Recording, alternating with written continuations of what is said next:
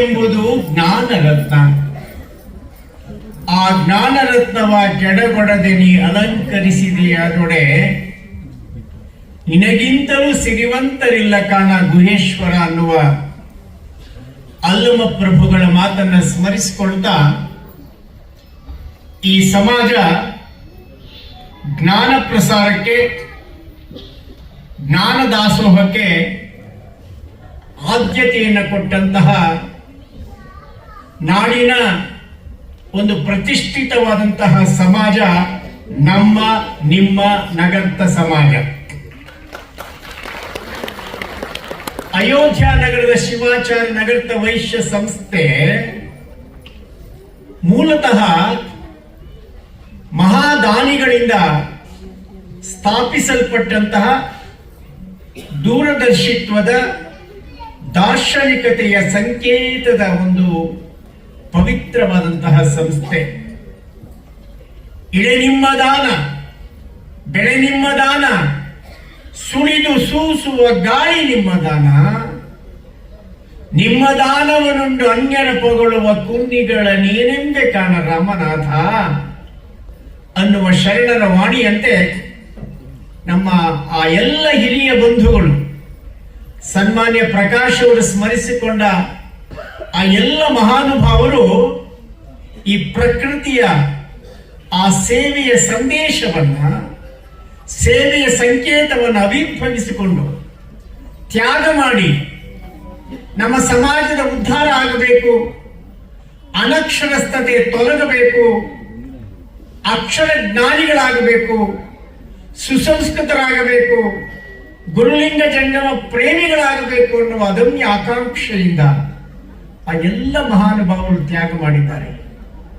ಈ ಎಲ್ಲ ಏನೆಲ್ಲ ಹೆಸರುಗಳನ್ನು ಹೇಳಿದ್ರು ಆ ಮಹಾನುಭಾವರುಗಳೆಲ್ಲ ತಮ್ಮ ತ್ಯಾಗವನ್ನು ಮಾಡದೆ ಹೋಗಿದ್ದಿದ್ರೆ ಲಕ್ಷಾಂತರ ಜನ ಇವತ್ತು ಕತ್ತಲಿನಲ್ಲಿ ತಮ್ಮ ಜೀವನವನ್ನು ಅವಸಾನಗೊಳಿಸಿಕೊಳ್ಳಬೇಕಾಗಿತ್ತು. ನಾನೇ ಒಂದು ಉದಾಹರಣೆ, ಎಎಸ್ವಿವಿ ಸಂಘ ಸಂಸ್ಥೆಯ ವಿದ್ಯಾರ್ಥಿ ನಿಲಯದಲ್ಲಿ 2 ವರ್ಷಗಳ ಕಾಲ ನಾನು ಓದಲಿಕ್ಕೆ ಅವಕಾಶ ಸಿಗದೆ ಹೋಗಿದ್ದಿದ್ರೆ ಈ ನಿಮ್ಮ ತಮ್ಮ, ನಿಮ್ಮ ಸಹೋದರ ಸೋಮಶೇಖರ IAS ಅಧಿಕಾರಿ ಆಗಲಿಕ್ಕೆ ಸಾಧ್ಯ ಆಗ್ತಾ ಇರಲಿಲ್ಲ. ಅದು ಆ ಮಹಾನುಭಾವರ ತ್ಯಾಗದ ಪ್ರತೀಕ. ಬೆಂಗಳೂರಿನ ಅನೇಕ ಸಂಸ್ಥೆಗಳನ್ನು ನೋಡಿ, BK ಮರಿಯಪ್ಪನವರಿರ್ಬೋದು, ಸಂಪನ್ನಪ್ಪನವರಿರ್ಬೋದು, ಗುಬ್ಬಿ ತೋಡದಪ್ಪ ಅವರಿರ್ಬೋದು. ಮೊನ್ನೆ ತಾನೇ ಗುಬ್ಬಿ ತೋಡದಪ್ಪ ಅವರ ಸ್ಮರಣೆ ಮಾಡಿದ್ವಿ. ರೈಲ್ವೆ ಇಲಾಖೆಗೆ ಸಂಬಂಧಿಸಿದಂತಹ 2 ಎಕರೆ ಜಮೀನನ್ನ 1 ಲಕ್ಷಕ್ಕೆ 1905ರಲ್ಲಿ ಕೊಂಡುಕೊಂಡು ಒಂದು ಚಿಕ್ಕ ವಿದ್ಯಾರ್ಥಿ ನಿಲಯವನ್ನು ಪ್ರಾರಂಭ ಮಾಡಿದಂತಹ ಮಹಾನುಭಾವರು ಎಷ್ಟು ದೊಡ್ಡ ಸಾಧನೆಯನ್ನ ಮಾಡಿದ್ರು. BK ಮರಿಯಪ್ಪನವರು ಸಾರ್ವಜನಿಕರೆಲ್ಲರಿಗೆ ತಮ್ಮ ವಿದ್ಯಾರ್ಥಿ ನಿಲಯವನ್ನು ತೆರೆದರು, ಸಂಪನ್ನಪ್ಪನವರು ತೆರೆದರು. ಇಂತಹ ಮಹಾನುಭಾವರದ ಸಾಲಿನಲ್ಲಿ ನಮ್ಮ ನಗರ ಸಮಾಜದವರು ಈ ಬೆಂಗಳೂರಿನ ಕಟ್ಟಿದ ಏನು ಕೆಂಪೇಗೌಡರಿದ್ದಾರೆ ಅಷ್ಟೇ ದೊಡ್ಡ ಪ್ರಮಾಣದಲ್ಲಿ ಕಟ್ಟಿದ ಮಹಾನುಭಾವರು ನಮ್ಮ ನಗರದ ಬಂಧುಗಳು. ಒಂದು ವೇಳೆ ನಮ್ಮ ವಿದ್ಯಾರ್ಥಿ ನಿಲಯ ಇಲ್ಲದೆ ಹೋಗಿದ್ದಿದ್ರೆ ಶಿಕ್ಷಣ ಸಂಸ್ಥೆಗಳು KM ನಂಜಪ್ಪನವರು ಎಷ್ಟು ಶಿಕ್ಷಣ ಸಂಸ್ಥೆಗಳನ್ನ ಬೆಳೆಸಿದ್ರು, ಆದರೆ ಅವರ ಉತ್ತರಾಧಿಕಾರಿಗಳಿಗೆ ಯಾರೂ ಇಲ್ಲ ಅಲ್ಲಿ. ಈಗ ಇದು ದುರಂತ. ಇಂತಹ ಈ ನಗರದ ಸಮಾಜ ಇವತ್ತು ಒಂದು ಅದ್ಭುತವಾದಂತ ಶರಣ ಜಯಂತ್ಯೋತ್ಸವವನ್ನು ಆಚರಿಸಿದೆ. ನ ಭೂತೋ ನ ಭವಿಷ್ಯತಿ ಎನ್ನುವ ರೀತಿಯಲ್ಲಿ. ಈ ಹಿಂದೆ ನಮ್ಮ ಹಿರಿಯರಾದ HS ಬಸವರಾಜರವರು ಸಹ ಒಂದು ಅದ್ಭುತ ಕಾರ್ಯವನ್ನ ಆ ತಂಡದಿಂದ ಮಾಡಿದ್ರು. ಇವತ್ತು ಒಂದು ವಿಶಿಷ್ಟವಾದ ಧ್ಯೇಯವನ್ನಿಟ್ಟುಕೊಂಡು, ಒಂದು ಆಶಯವನ್ನಿಟ್ಟುಕೊಂಡು ಇವತ್ತು ನಾವು ಮಾಡ್ತಾ ಇರುವಂತ ಜಯಂತ್ಯುತ್ಸವ ಇದು ಇತಿಹಾಸದ ಪುಟಗಳಲ್ಲಿ ಸುವರ್ಣಾಕ್ಷರಗಳಲ್ಲಿ ಬರೆದಿಡುವಂತಹದ್ದು ಅಂತ ನನ್ನ ಭಾವನೆ. ಈ ಸಮಾರಂಭಕ್ಕೆ ನಮ್ಮ ಪರಮ ಪೂಜ್ಯರಾದ ಶ್ರೀ ಶ್ರೀ ಪ್ರಭು ಚನ್ನಬಸವ ಮಹಾಸ್ವಾಮಿಗಳು ಬಂದಿದ್ದಾರೆ. ಮೋಟಿಗಿ ಮಠ ಮತ್ತು ಅಥಣಿ ಕ್ಷೇತ್ರ ನನಗೆ ಅತ್ಯಂತ ಆತ್ಮೀಯ ಆಧ್ಯಾತ್ಮಿಕ ಗುರುಗಳು.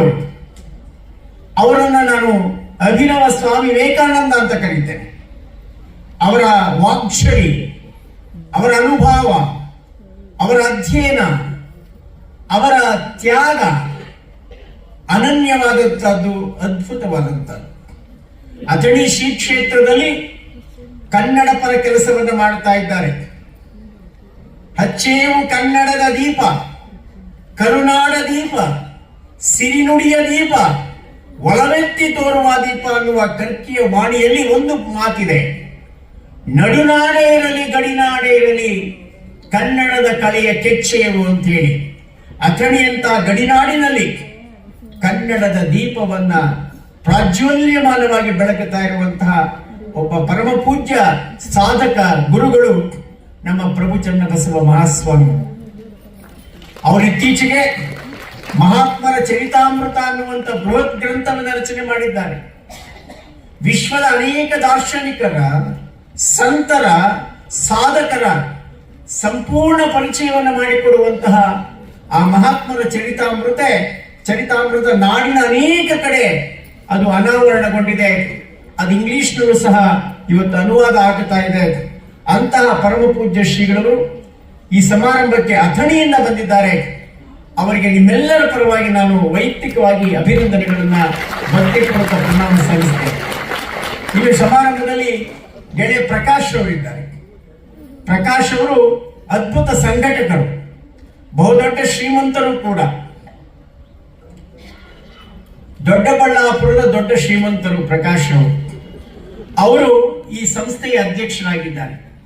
ಈ ಹಿಂದೆ ಎಚ್.ಎಸ್. ಬಸವರಾಜ್ ಅವರು ತಂಡದವರು ನಡೆಸಿಕೊಂಡು ಬಂದಂತ ಹಾದಿಯನ್ನ ಮತ್ತಷ್ಟು ಸದೃಢವಾಗಿ ಬೆಳೆಸುವ ಮೂಲಕ ಇಂತಹ ಸೃಜನಶೀಲ ಕಾರ್ಯಕ್ರಮಗಳನ್ನು ಮಾಡ್ತಾ ಬಂದಿದ್ದಾರೆ.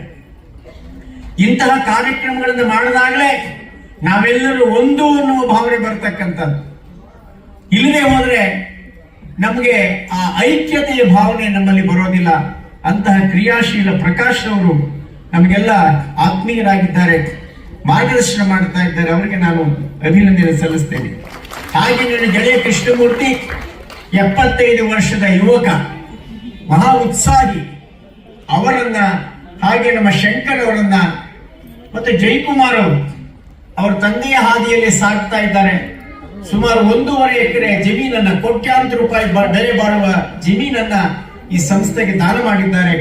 ಅವರಿಗೆ ಮತ್ತು ಇವತ್ತು ಕಮಲಾ ಅವರು ಬಂದಿದ್ದಾರೆ. ಕಮಲಾ ಅವರು ನಮ್ಮ ಬಸವನಗುಡಿ ನ್ಯಾಷನಲ್ ಕಾಲೇಜಿನ ಪ್ರಾಂಶುಪಾಲರು, ಅದ್ಭುತವಾದಂತಹ ಅಧ್ಯಾಪಕಿ, ಅಧ್ಯಯನಶೀಲೆ, ಜೊತೆಗೆ ವೈಜ್ಞಾನಿಕ ಭಾವನೆ ಸಮಾಜದಲ್ಲಿ ಬೆಳಿಬೇಕು ಅನ್ನುವಂತ ರೀತಿಯಲ್ಲಿ ಕೆಲಸ ಮಾಡ್ತಾ ಇದ್ದಾರೆ. ಕುವೆಂಪು ಹೇಳ್ತಾರೆ, ಗುಡಿಚಚ್ಚು ವಸತಿಗಳ ಬಿಟ್ಟು ಹೊರ ಬನ್ನಿ, ಬಡತನವ ಗುಣಮಟ್ಟ ಕೀಳ ಬನ್ನಿ, ಮತಮೌಢ್ಯಗಳ ಮಾರಿಯನ್ನು ಹೊರದೂಡಲೈತನ್ನಿ, ಓ ಬನ್ನಿ ಸೋದರರೇ ಬೇಗ ಬನ್ನಿ, ವಿಜ್ಞಾನ ದೀವಿಗೆ ಹಿಡಿಯ ಬನ್ನಿ ಎನ್ನುವಂತೆ ಆ ವಿಜ್ಞಾನದ ದೀಪವನ್ನ ಬೆಳಗಿಸ್ತಾ ಇರುವಂತಹ ಕಮಲಾ ಅವರು, ಅವರ ತಂದೆ ಪಂಡಿತ್ ಚನ್ನಪ್ಪ ಹಿರೇಸೀಲಿಯವರು, ಮಹಾನ್ ಪಂಡಿತರು, ಶಿವಕುಮಾರ್ ಮಹಾಸ್ವಾಮಿಗಳಿಗೆ ಪರಮಾಪ್ತರಾಗಿದ್ದಂಥವರು, ಮಹಾಜ್ಞಾನಿಗಳು ಅಂತಹ ಕಮಲಾ ಅವರು ಬಂದಿದ್ದಾರೆ. ಇನ್ನು ನಮ್ಮ ಸಹೋದರಿ, ನಮ್ಮಗಳೇ ಆದಂತಹ ಸ್ವರ್ಣಗೌರಿ. ಸ್ವರ್ಣಗೌರಿ ಅದ್ಭುತ ಕವಿಯತ್ರಿ, ಸಂಘಟಕಿ. ಆಕೆ ವಿಜಯಪುರದ ಅಖಿಲ ಭಾರತ ಶರಣ ಸಾಹಿತ್ಯ ಪರಿಷತ್ತಿನ ಅಧ್ಯಕ್ಷಿಣಿಯಾಗಿ ಕೇವಲ 1 ವಾರದಲ್ಲಿ 135 ಶರಣ ಸಾಹಿತ್ಯ ಪರಿಷತ್ ಸದಸ್ಯರನ್ನ ಮಾಡಿದಂತಹ ಒಬ್ಬ ಧೀಮಂತ ಸಂಘಟಕಿ.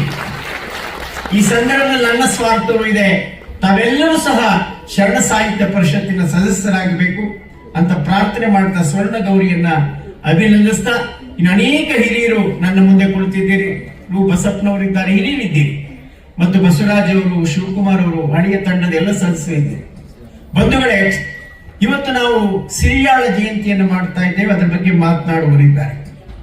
ನಾದಪ್ರಿಯ ಶಿವನೆಂಬರು ನಾದಪ್ರಿಯ ಶಿವನಲ್ಲ, ವೇದಪ್ರಿಯ ಶಿವನೆಂಬರು ವೇದಪ್ರಿಯ ಶಿವನಲ್ಲ ಅಂತ ಹೇಳ್ತಾ, ಭಕ್ತಿ ಪ್ರಿಯ ನಮ್ಮ ಕೂಡಲ ಸಂಗಮ ದೇವ ಪಾರ್ವತಿ ಪರಮೇಶ್ವರರು ತಮ್ಮ ಶಿಷ್ಯರ ಭಕ್ತಿಯನ್ನು ಪರೀಕ್ಷೆ ಮಾಡಲಿಕ್ಕಾಗಿ ಭೂಲೋಕಕ್ಕೆ ಬಂದು ನಮ್ಮ ಈ ನಗರ್ತ ಸಮಾಜದ ಆದಿ ದೈವವಾದಂತಹ ಸಿರಿಯಾಳನ ಭಕ್ತಿಯನ್ನ, ಚಂಗಳೆಯರ ಭಕ್ತಿಯನ್ನ ಪರೀಕ್ಷೆ ಮಾಡಲಿಕ್ಕಾಗಿ ಬಂದು ಆ ಇಬ್ಬರು ಪವಿತ್ರವಾದಂತಹ ದಂಪತಿಗಳ ಮಗನ ದೇಹವನ್ನ ಮಾಂಸದ ಅಡುಗೆಯಾಗಿ ಉಂಡು ಮತ್ತೊಮ್ಮೆ ಏ ಬಾ ಮಗುವೇ ಅಂತ ಕರೆದಾಗ ಆ ಮಗು ಬಂದು ತನ್ನ ಇಡೀ ಈ ಚಿತ್ರಣಕ್ಕೆ ಭಕ್ತಿಯ ಒಂದು ಆವಿಷ್ಕಾರವನ್ನು ಕೊಟ್ಟಂತ ಸಿರಿಯಾಳ ಇತಿಹಾಸದ ಮಹಾಪುರುಷ, ನಮ್ಮೆಲ್ಲರ ಆದಿದೈವ.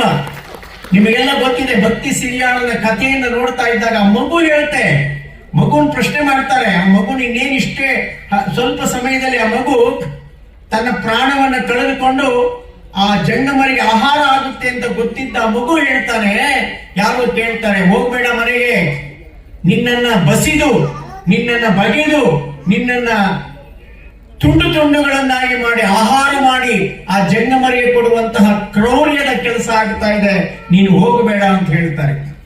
ಆ ಮಗ ಎಂತಹವನು, ಆತ ಹೇಳ್ತಾನೆ, ನನ್ನ ತಂದೆ ತಾಯಿಗಳ ಆಶೀರ್ವಾದ, ಅವರ ಆಜ್ಞೆ ನನ್ನನ್ನು ಶಿರಸಾವಹಿಸಿ ಮಾಡ್ತೇನೆ, ನಾನು ಈ ತ್ಯಾಗವನ್ನು ಮಾಡ್ತೇನೆ ಅಂತ ಹೇಳಿದಂತ ಮಗು ಆದರ್ಶ ಮಗು ಆಗ್ತಾನೆ, ಆದರ್ಶ ಸತಿ ಆಗ್ತಾಳೆ, ಆದರ್ಶ ಪತಿ ಆಗ್ತಾರೆ. ಪರಮ ಪೂಜ್ಯ ಶ್ರೀಗಳಿಗೆ ಹೇಳ್ತೇನೆ, ನಮ್ಮ ನಗರ್ತ ಸಮಾಜದ ಸತಿಪತಿಗಳು ಇಡೀ ವಿಶ್ವಕ್ಕೆ ಆದರ್ಶವಾದಂಥವ್ರು. ನಮ್ಮ ಹೆಣ್ಣು ಮಕ್ಕಳು ತಮ್ಮ ಮನೆಗೆ ಏನು ತವರ ಮನೆಗೆ ಗೌರವವನ್ನು ತರ್ತಾರೆ, ಅವರು ಮೆಟ್ಟಿ ಹೋದಂತಹ ಗಂಡನ ಮನೆಗೂ ಹೆಸರು ತರ್ತಕ್ಕಂಥ ಗುರುಲಿಂಗ ಜೈನಮ ಪ್ರೇಮಿಗಳಾದಂತಹ ಶರಣರು ಹೇಳುವಂತೆ ಸತಿಪತಿಗಳೊಂದಾದ ಭಕ್ತಿ ಹಿತರೊಪ್ಪದು ಶಿವಂಗಿ ಎನ್ನುವ ಅನ್ವರ್ಥವಾಗುವಂತಹ ನಗರ್ತ ಸಮಾಜದ ದಾಂಪತ್ಯ ಬದುಕು ನಮ್ಮ ಮುಂದೆ ಇದೆ. ಇದು ನಮ್ಮೆಲ್ಲರ ಸೌಭಾಗ್ಯ. ಇನ್ನು ಬಸವಣ್ಣನವರ ಬಗ್ಗೆ ನಾವು ಇವತ್ತು ಜಯಂತಿ ಉತ್ಸವವನ್ನು ಮಾಡ್ತಾ ಇದ್ದಾರೆ. ಈ ಜಗತ್ತು ಕಂಡಂತಹ ಒಬ್ಬ ಮಹಾನ್ ದಾರ್ಶನಿಕ, ಈ ಜಗತ್ತು ಕಂಡಂತಹ ಮಹಾ ಮಾನವತಾವಾದಿ, ಈ ಜಗತ್ತು ಕಂಡಂತಹ ಮಹಾನ್ ದಾರ್ಶನಿಕ. ದಯೇ ಧರ್ಮದ ಮೂಲವಯ್ಯ, ದಯಬೇಕು ಸಕಲ ಪ್ರಾಣಿಗಳೆಲ್ಲರಲ್ಲಿ, ದಯೆ ಇಲ್ಲದ ಆಧರ್ಮ ಯಾವುದಯ್ಯ. ಎಂತ ಅದ್ಭುತವಾದಂತಹ ಕಲ್ಪನೆ. ಕಳಬೇಡ ಕೊಲಬೇಡ ಹುಸಿಯ ನುಡಿಯಲು ಬೇಡ ಅನ್ನುವ ಹೇಳುವ ಮೂಲಕ ಸಪ್ತ ಮಹಾಸೂತ್ರಗಳನ್ನ ಈ ವಿಶ್ವಕ್ಕೆ ಸಂವಿಧಾನವಾಗಿ, ಜೀವನ ಸಂವಿಧಾನವಾಗಿ, ಮಾನವ ಸಂವಿಧಾನವಾಗಿ, ನೀತಿ ಸಂವಿಧಾನವನ್ನಾಗಿ ಕೊಟ್ಟಂತಹ ಬಸವಣ್ಣನವರನ್ನ ನಾವು ಸ್ಮರಿಸಿಕೊಳ್ತೇವೆ.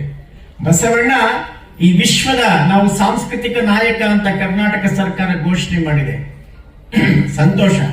ಆದರೆ ಬಸವಣ್ಣ ಕೇವಲ ಕರ್ನಾಟಕದ ಸಾಂಸ್ಕೃತಿಕ ನಾಯಕ ಅಲ್ಲ, ಇಡೀ ವಿಶ್ವದ ಸಾಂಸ್ಕೃತಿಕ ನಾಯಕ ಬಸವಣ್ಣನವರು.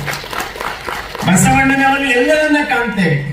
ಶ್ರೀಕಂಠನ್ ಹೇಳ್ತಾರೆ, the preachings of Basava is like A ocean into which all the earlier thoughts flowed in, from which all the later thoughts flowed out. Kind like Buddha, gentle like Jesus, simple like Mahavir, bold like Muhammad, Basava strikes as a wonder of creation. ಅಂತಹ ವಿಶ್ವದ ವಿಸ್ಮಯ ಬಸವಣ್ಣನವರನ್ನ ಇವತ್ತು ನಾವು ಸ್ಮರಿಸಿಕೊಳ್ತಾ ಇದ್ದೇವೆ.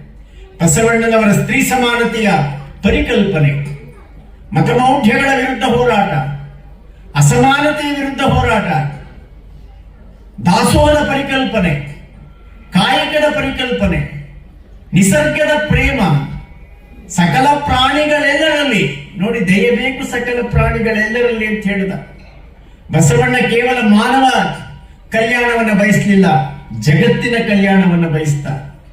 ಜಗತ್ತಿಗೆ ಒಳ್ಳೆಯದಾಗಬೇಕು, ಲೋಕದ ಡೊಂಕ ನೀವೇಕೆ ತಿದ್ದುವಿರಿ, ನಿಮ್ಮ ನಿಮ್ಮ ತನುವ ಸಂತೈಸಿಕೊಳ್ಳಿ ಅಂತ ಹೇಳಿ ಅಂತರಂಗ ಶುದ್ಧಿಯ ಬಗ್ಗೆ ಮಾತನಾಡ್ದ.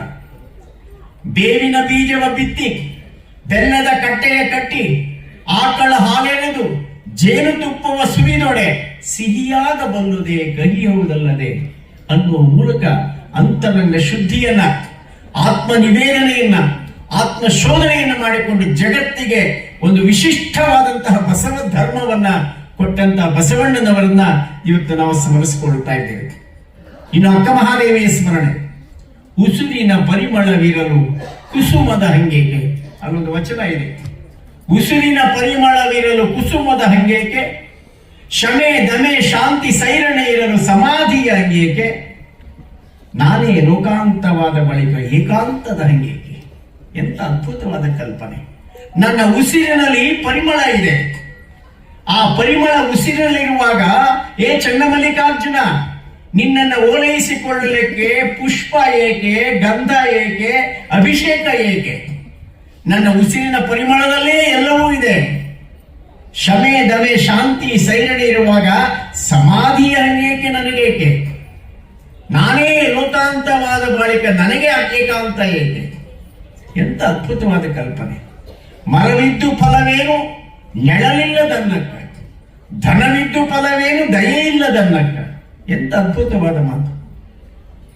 ಹಸುವಿದ್ದು ಫಲವೇನು ಹಯನವಿಲ್ಲದನ್ನಕ್ಕ, ಅಗಲಿದ್ದು ಫಲವೇನು ಬಾಲವಿಲ್ಲದನ್ನಕ್ಕ, ರೂಪ ಇದ್ದು ಫಲವೇನು ಗುಣವಿಲ್ಲದನ್ನಕ್ಕ, ನಾನಿದ್ದು ಫಲವೇನು ನಿನ್ನ ಜ್ಞಾನವಿಲ್ಲದನ್ನಕ್ಕ ಅನ್ನುವ ಅಕ್ಕ ಮಹಾದೇವಿ ಕರ್ನಾಟಕದ ಪ್ರಪ್ರಥಮ ವಚನಕಾರ್ತಿ.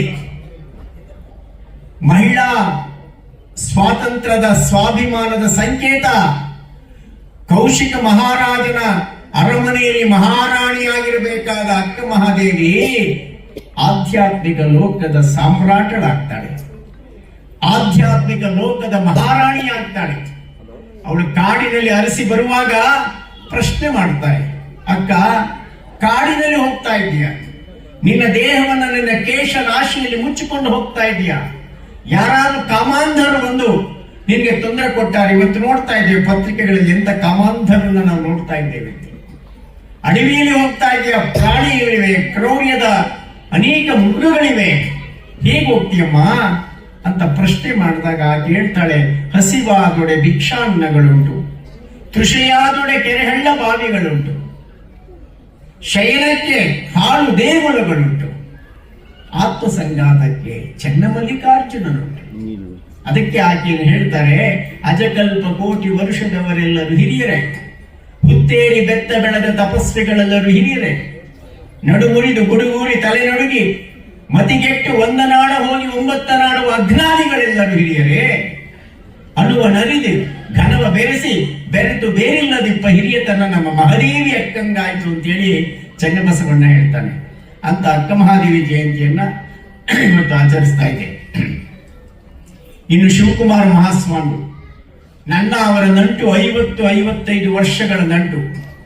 ಆ ಪೂಜ್ಯರ ಕ್ಷೇತ್ರದಲ್ಲಿ ಜಿಲ್ಲಾಧಿಕಾರಿಯಾಗಿ ಕೆಲಸ ಮಾಡುವಂತಹ ಸೌಭಾಗ್ಯ ಬಂದದ್ದು ನನ್ನ ಪೂರ್ವ ಜನ್ಮದ ಪುಣ್ಯ. ಸಿದ್ಧಗಂಗಾ ಮಹಾಸ್ವಾಮಿಗಳು ಅಭಿನವ ಬಸವಣ್ಣನವರು. ಭಿಕ್ಷೆ ಬೇಡ್ತಾರೆ. ಯಾರಿಗಾಗಿ ಬೇಡ್ತಾರೆ? ಅನಾಥ ಮಕ್ಕಳಿಗಾಗಿ ಬೇಡ್ತಾರೆ. ಅವರು ಒಮ್ಮೆ ಬರಗಾಲ ಬರುತ್ತೆ. ಬರಗಾಲ ಬಂದಾಗ ಎಲ್ಲರೂ ಬಂದು ವಿದ್ಯಾರ್ಥಿ ನಿಲಯವನ್ನು ನಿಲ್ಲಿಸಬೇಕು ಅಂತ ಬರ್ತಾರೆ. ಬಹುಶಃ ಸ್ವಾಮೀಜಿಯವರು ಬಂದಂತ ಹಿತೈಷಿಗಳು ಬರಗಾಲ ಬಂದಾಗ ವಿದ್ಯಾರ್ಥಿ ನಿಲಯವನ್ನು ಹೇಗೆ ನಡೆಸಬಹುದು ಅಂತ ಸೂಚನೆ ಕೊಡ್ಲಿಕ್ಕೆ ಬರ್ತಾರೆ ಅಂತ ಭಾವಿಸಿರ್ತಾರೆ. ಬಂದವರು ಬುದ್ಧಿ ವಿದ್ಯಾರ್ಥಿ ನಿಲ್ಲಿಸಿಬಿಡಿ, ಕಷ್ಟ ಆಗುತ್ತೆ, ಸಂಗ್ರಹ ಮಾಡೋದು, ಹಣ ಸಂಗ್ರಹಣ, ಧಾನಿಸ ಕಷ್ಟ ಅಂತೇಳಿ ಒಮ್ಮೆಲೆ ಸಿಡಿದು ಬಿಡ್ತಾರೆ ಪರಮ ಪೂಜ್ಯ ಶ್ರೀಗಳು. ಏನಿದು? ನಾನು ನನ್ನ ಮಕ್ಕಳಿಗೆ ಅನ್ನವನ್ನು ಹಾಕದೇ ಇದ್ರೆ ನಾನಿದ್ದು ಪ್ರಯೋಜನವೇನು ಅನ್ನೋ ಮಾತನ್ನು ಹೇಳ್ತಾ 85 ವರ್ಷಗಳ ಕಾಲ ಒಂದು ಮಠದ ಪೀಠಾಧಿಪತಿಗಳಾಗಿ ಏನೂ ಇಲ್ಲದೆ ಇದ್ದಂತಹ ಸಿದ್ಧಗಂಗೆಯನ್ನ ಒಂದು ಈ ವಿಶ್ವದ ಒಂದು ಮಹಾನ್ ಆಧ್ಯಾತ್ಮಿಕ ಗಂಗೆಯನ್ನಾಗಿ ಮಾಡಿದಂತಹ ಶಿವಕುಮಾರ ಮಹಾಸ್ವಾಮಿಗಳು ಮತ್ತೊಂದು ವಿಶ್ವದ ವಿಸ್ಮಯ ಇದ್ದ ಹಾಗೆ. ಒಬ್ಬ ಶರಣ ಹೇಳ್ತಾನೆ, ಹಸಿವು ಅನ್ನೋದು ಬಹಳ ದೊಡ್ಡದು.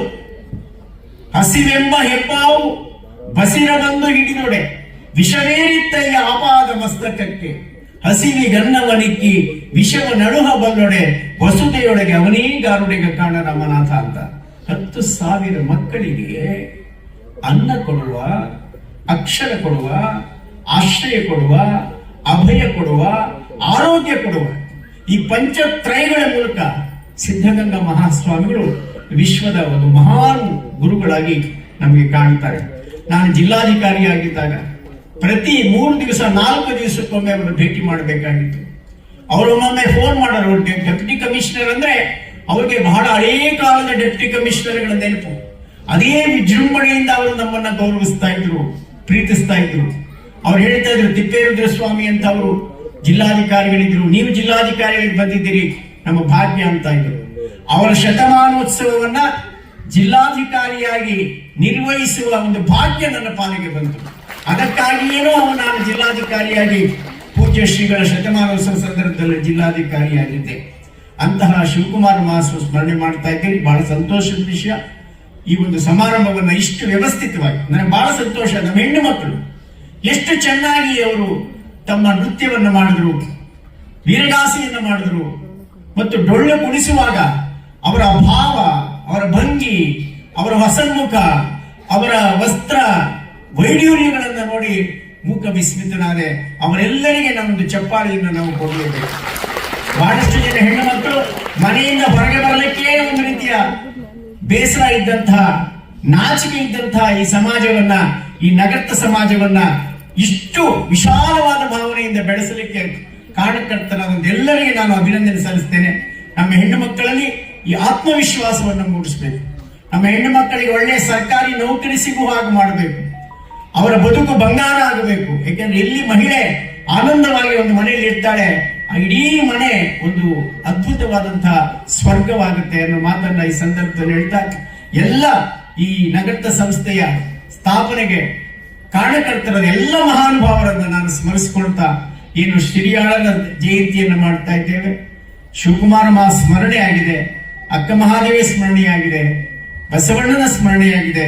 ಇಂಥ ಮಹಾತ್ಮರು ಬರ್ತಕ್ಕಂಥದ್ದು ಈ ಸಮಾಜಕ್ಕೆ ತಮಗಾಗಿ ಅಲ್ಲ, ಲೋಕದಂತೆ ಬಾರಲು, ಲೋಕದಂತೆ ಇರಲು, ಲೋಕದಂತೆ ಹೋಗಲು ನೋಡಯ್ಯ. ಪುಣ್ಯದಂತೆ ಬಪ್ಪರು, ಜ್ಞಾನದಂತೆ ಇಬ್ಬರು, ಮುಕ್ತಿಯಂತೆ ಹೋಗುವರು ನೋಡಯ್ಯ.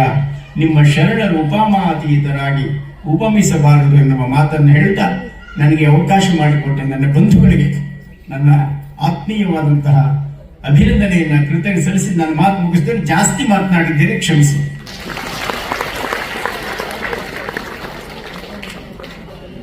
ಶ್ರೀಯುತರು ಕಾರ್ಯಕ್ರಮದ ಪೂರ್ಣ ಚಿತ್ರಣವನ್ನು ತಮ್ಮ ಮುಂದೆ ತೆರೆದಿಟ್ಟಿದ್ದಾರೆ ಅಂತ ಹೇಳಿದ್ರೆ ತಪ್ಪಾಗಲಾರದು.